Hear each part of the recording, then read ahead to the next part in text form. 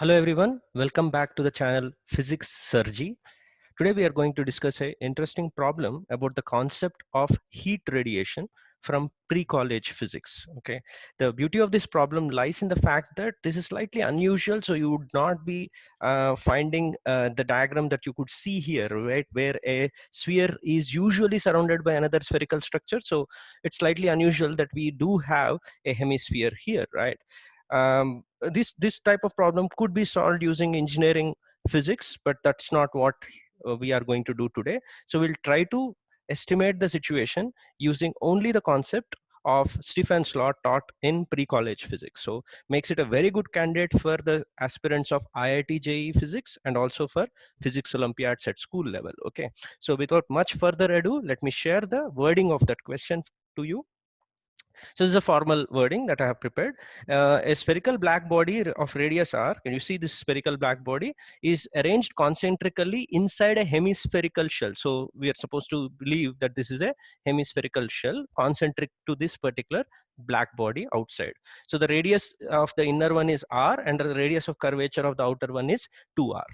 The hemispherical body is maintained at a temperature T0. So this outside one, using some external power source or something, is maintained at a temperature of T0. Assuming that the sphere, this inner one, is perfectly conducting, and the only mode of heat transfer between the sphere and the rest of the universe is radiation. That means there is no other form of heat transfer. So only thing that the sphere is going to receive is the radiation coming from this particular hemisphere and also what it loses to the universe outside. And the temperature of the enclosure around the system is assumed to be 0 Kelvin. So this outside part is assumed to be a 0 Kelvin temperature. So over a period of time, this sphere is going to achieve a steady state temperature. Okay, so what's the value of that steady state temperature in terms of this given quantity T0? Remember, this T0 is the temperature maintained of this outside hemisphere. So if this is maintained at T0, then what would be the steady state value of this particular thing? So you can pause the video here, try the solution out for yourself, and then continue with the solution explanation that I'm going to give next. Okay, right. So let's go ahead.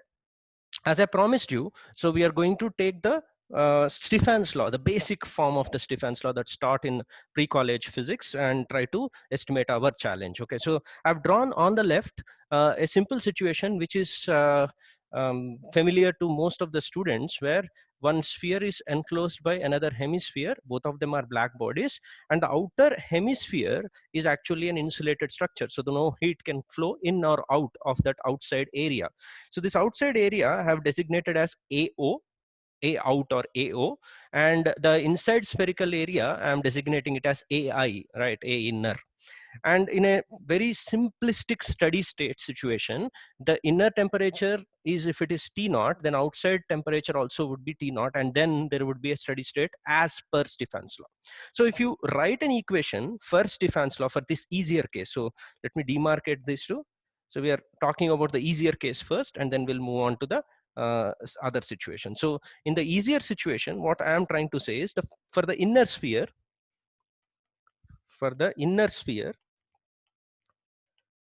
right, the net heat transfer dq by dt, value of dq by dt, the rate of heat transfer, is given by a Stefan's law form, where you have a Stefan's constant sigma and the area of the inner sphere, AI, multiplied by that power 4 law. Okay, so T0 power 4 minus the same T0 power 4, because the temperature of the object is T0 and temperature of the surroundings is also T0. So because this subtraction takes it to 0 in steady state, we claim that there is no net heat transfer to the object, and that's why the T0 will be maintained. Now, most important thing is to estimate the significance of each of these terms. So let me underline, what does this part of the term relate to? The sigma AI T0 power 4 is a positive value. That positive value relates to the amount of heat received by the inner sphere. So remember, dq by dt is positive. That means dq is positive. We assume that this is what is received from the outer sphere to the inner sphere. Okay, and whereas the minus term that you are looking at, that is this one, right, this minus term, is what this object is losing to surroundings. So, and very important thing, losing part is easy, right? So if the area is AI, what is lost is proportional to AI. The interesting part is, even though the surrounding area is A naught, what is actually received is having a proportionality of AI and not AO. So this makes it an interesting observation, that even though the outer sphere gives out an amount of, look at the diagram I'm writing, the outer sphere's inner surface is going to radiate out a heat of sigma AO TO power 4. Not all of it falls on the inner sphere. Okay, right? You should not visualize this as radially falling back onto that. If that were true, then the Stefan's law would be wrong. Okay, so this is a greater heat than this term. So what you should believe here happens is, even though this amount actually radiates out, not all of it falls on the inner sphere. Some of it actually falls back, and it's not the actual direction, but some of it you can visualize falls back on itself. So what actually makes out is, even though this much comes out, only sigma AI TO power 4 actually falls on the inner sphere. So which is what I'll write.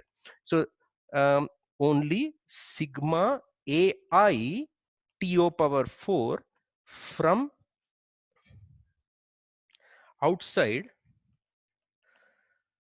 falls on inner sphere,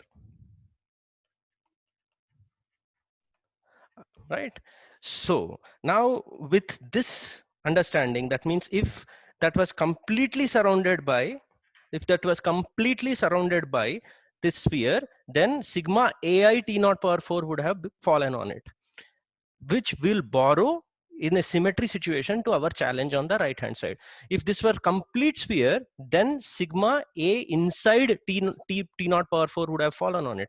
Since only half of it is there now on this side, since only half the area is surrounded, we presume only half of the required whatever Stefan's law thing, right? So this, can you see this underlined stuff?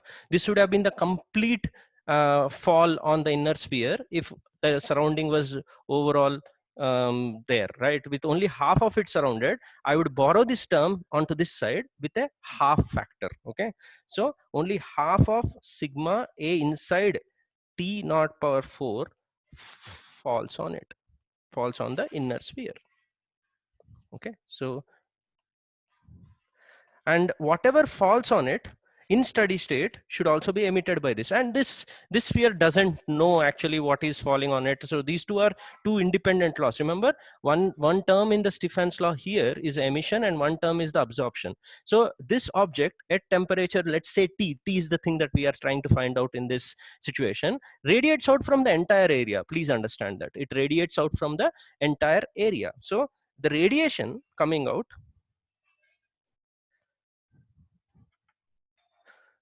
but the radiation coming out still would be, what should we write? Sigma AI, entire AI, but T power 4. Remember, it will adjust its value. Okay, so whatever I said in the previous part, that is half of this which falls on it, and whatever I said here which is emitted, they should be equal. Then only you can claim that that object is in steady state. This object can only claim it is in steady state when whatever coming out in radiation should be supplied by this. Otherwise, then the temperature would change. We can't call it a steady state. So this is the equation that I'll write. So half of sigma, you all agreed, AI T naught power 4, which falls on it, should be equal to the sigma, the same AI into T power 4, so where T is to be estimated. You cancel out that AI and all that. So the value of T comes out to be T naught divided by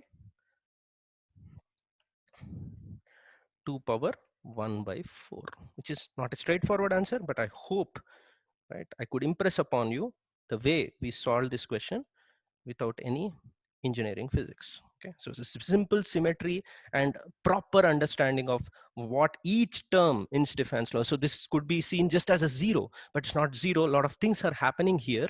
And this is the most important thing. If outside sphere is actually radiating it out based on its area, but what this receives is not what all comes out from here. Some part of the radiation falls back on the inner sphere. That's why this common AI always comes. In Stefan's law, if you carefully observe, you'll never have the area of surroundings, right? You will always have the area of the inner object, is what I'm trying to impress upon. I hope you like the video. Okay, right? So thanks for listening, and we'll meet again in another interesting concept in another video. Thank you.